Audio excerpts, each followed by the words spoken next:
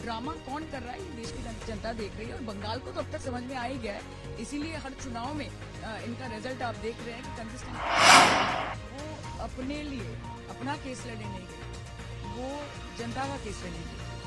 तो ये एक बहुत बड़ा मैसेज जाता है कि अगर डेमोक्रेसी को बचाना है, बंगाली के हिसाब से, उनकी पार्टी की एक मेंबर के हिसाब से और एक जनप्रतिनिधि के हिसाब से, कि आज ममता बनर्जी ने की राय आने वाली है। देखिए, ये तो एकदम अनफेयर कुछ है नहीं। दीदी ने बहुत सारे लॉजिकल बातें की हैं और उन्होंने जो पॉइंट्स रखे हैं, मेरी आशा है कि वो हमारे पक्ष में होगी जो राय आएगी।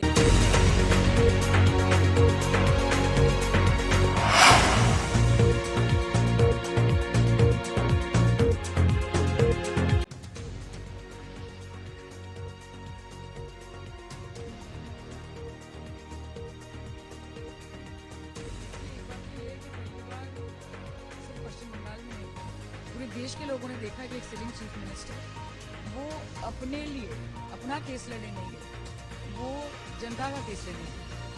तो ये एक बहुत बड़ा मैसेज जाता है कि अगर डेमोक्रेसी को बचाना है तो दीदी जैसे लड़ना है। तो आज एक मिसाल उन्होंने सबके सामने रखी है, देश के सामने रखी है। And honourable supreme court has also made it's observation. और मुझे लग रहा है कि जो आगे जाके राय आने वाली है, देखिए ये तो एकदम अनफेयर कुछ है नहीं।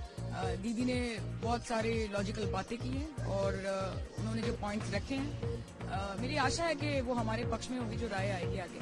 मंडे फिर से हियरिंग है, तो जब तक पूरा नहीं होता हम कुछ इसका ऑब्जर्वेशन नहीं कर सकते। पर इतना जरूर बोल सकते हैं, एक बंगाली के हिसाब से, उनकी पार्टी की एक मेंबर के हिसाब से और एक जनप्रतिनिधि के हिसाब से, कि आज ममता बनर्जी ने एक मिसाल कायम की है कि लोगों के लिए अगर लड़ना है, देश के लिए अगर लड़ना है, तो ऐसे ही लड़ना है, वरना बीजेपी को आप हटा भी नहीं पाओगे और हरा भी नहीं पाओगे। लेकिन दिखावे के लिए जो क्लासेस है ना, कोर्स जो होते हैं एक्टिंग के कोर्सेज, वो पूरे देश के लोग जानते हैं कि वो बीजेपी से एक्टिंग के कोर्स नहीं करते।